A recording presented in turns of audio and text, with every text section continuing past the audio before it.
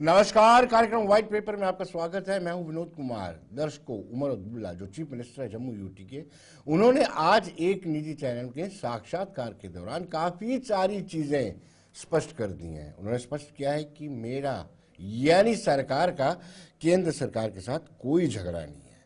हम मिलकर के काम करना चाहते हैं। काम करने और सियासत में बहुत अंतर है। कुछ लोग इस अंतर को समझ नहीं पा रहे हैं। हालांकि उन्होंने कहा, स्टेटहुड को लेकर के चीफ मिनिस्टर ने यह स्पष्ट कर दिया है कि स्टेटहुड को लेकर के गृह मंत्री अमित शाह ने भी वादा किया है और साथ ही साथ हाल ही में प्रधानमंत्री नरेंद्र मोदी ने भी इस पर कहा है कि अप्रोप्रिएट टाइम पर स्टेटहुड दी जाएगी। लेकिन साथ साथ उन्होंने जो संकेत दिया है कि 5 अगस्त 2019 के बाद जो संवैधानिक बदलाव हुआ, 370 में संशोधन हुआ, 35 एपी को हटाया गया, उसके बाद से हालात थोड़े बदले। हालात बदले हैं। इस हालात बदले हुए बयान पर सियासत और गर्मा गई है। आज हम इसी पर चर्चा करेंगे। सुमित शर्मा है हमारे से, बीजेपी के साथ जुड़े हैं। मोहसिन खान प्रवक्ता हैं पीपल्स डेमोक्रेटिक पार्टी के। नीलोफर जी प्रवक्ता नेशनल कॉन्फ्रेंस से। आप सबका स्वागत है। सुमित जी से शुरू करूंगा। सुमित जी, क्या कहीं उन्होंने कहा कि मैं बीजेपी के साथ नहीं हूं, केंद्र सरकार के साथ हूं। सुमित जी, क्या कहेंगे आप आज की स्टेटमेंट को लेकर के? पहला बयान मैं आप इसे जानना चाहता हूं। जी सुमित शर्मा जी। जी सर, एक बार रिपीट कर देंगे? थोड़ा सा मुझे साउंड की नहीं आ रहा था, बताइए थोड़ा। वेल, मैं ये कह रहा हूं कि उमर अब्दुल्ला ने कहा है कि हमारा सरकार के साथ कोई झगड़ा नहीं है। सरकार मतलब केंद्र सरकार के साथ कोई झगड़ा नहीं है। हम सरकार के साथ हैं, बीजेपी के साथ नहीं। इस पर क्या स्पष्ट करेंगे आप? क्योंकि काफी सारी भाषा जो है वो आप ही की बोल रहे हैं। देखिए विनोद सर, सबसे पहले तो आपका बहुत बहुत धन्यवाद। मैं आपको बताना चाहूँ, उमर जी ये चीज पहले भी जानते थे, इलेक्शन से पहले भी ये बात जानते थे कि सेंटर में सरकार बीजेपी की है। उन्होंने वादे बहुत सारे किए, उन्होंने बहुत सारे लोगों को आश्वासन दे दिया और बहुत हद से ज्यादा उन्होंने इस चीज के बारे में जो श्योरिटी दी थी कि मैं ये सब चीजें करके दिखाऊंगा। बट अब ये बात यह है कि वो कह रहे हैं कि सेंटर के साथ हम मिलकर काम करेंगे। तो सेंटर तो ऑलरेडी सभी स्टेटों के साथ मिलकर काम कर रहा है, इसमें नई बात तो कुछ नहीं है। बात यह है कि सेंटर के द्वारा जितने भी यहाँ पे जो अभी आपने देखा जो बजट में पैसा आया है, इश्यूज ये रहेंगे, लोगों की डिमांड्स है, लोगों चाहते हैं जो चीजें उन्होंने जो वादे किए हैं वो वादे पूरे हो।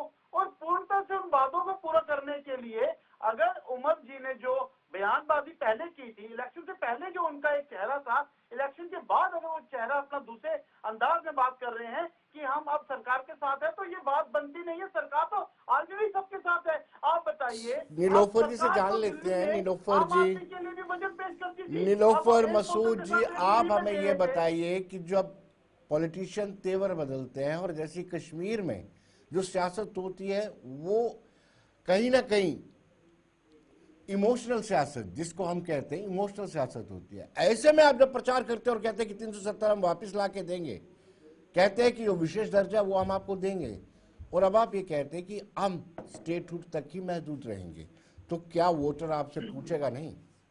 सवाल खड़े करेगा वोटर।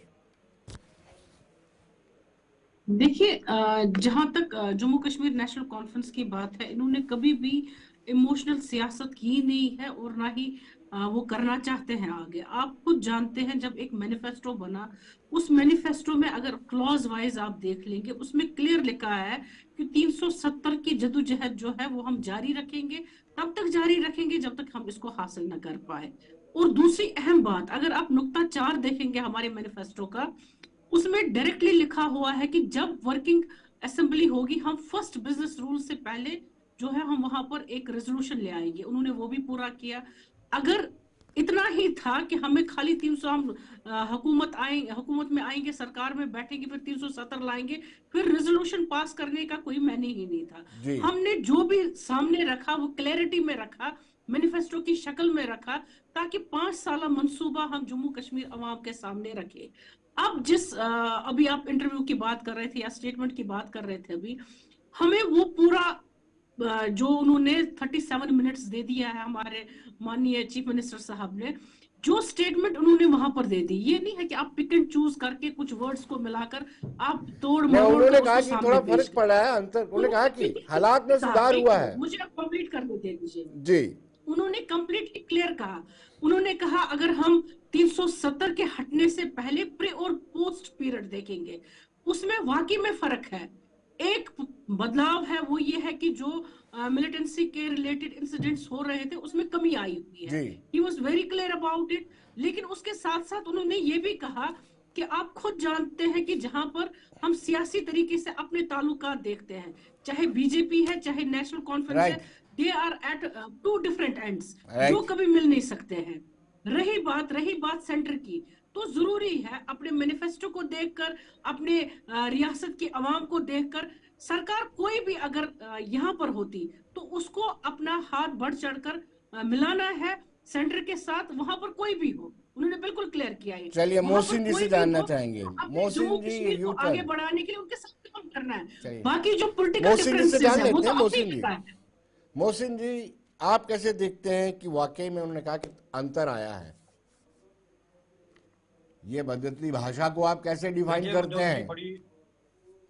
देखिए विनोद जी, बड़े अफसोस की बात है कि उमर साहब के जो स्टेटमेंट्स आए हैं, जो उन्होंने इलेक्शन से पहले कहा कि हम लोग भारतीय जनता पार्टी को पूरी तरीके से, यहाँ पर उन्होंने यूटी प्रशासन को क्रिएट करके यहाँ पर जम्मू कश्मीर की बर्बादी की।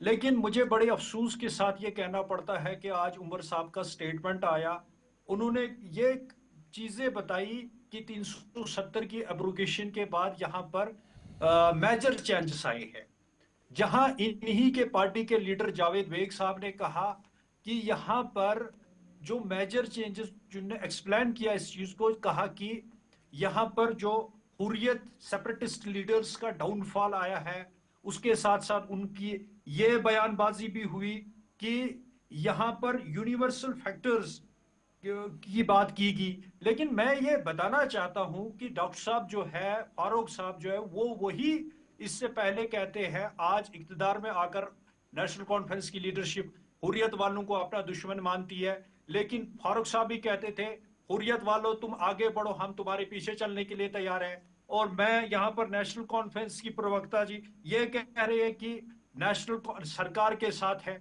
लेकिन पूरी तरीके से जो नेशनल कॉन्फ्रेंस के लीडर उमर साहब ने लोगों के सामने एक टोपी फैलाई और ये चीज स्पष्ट कर दी कि मैं भारतीय जनता पार्टी के जो भी यहाँ पर ये रीऑर्गेनाइजेशन एक्ट में जो भी कवानीन लाए गए हैं, हम उनको यहाँ से हटाएंगे। लेकिन मेरे को ये कहने से बड़ा ताजुब होता है कि आज मैं आपको बात करने में ये क्या कहते हैं लोग। एक मिनट जी जी जी, एक मिनट आपको रोकूंगा।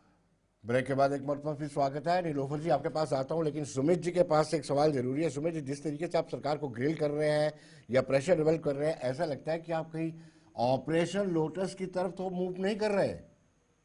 सुमित जी, देखिए, भाजपा जो हमेशा से लोगों की चिंता करती है और लोगों के लिए ही कार्य करती है।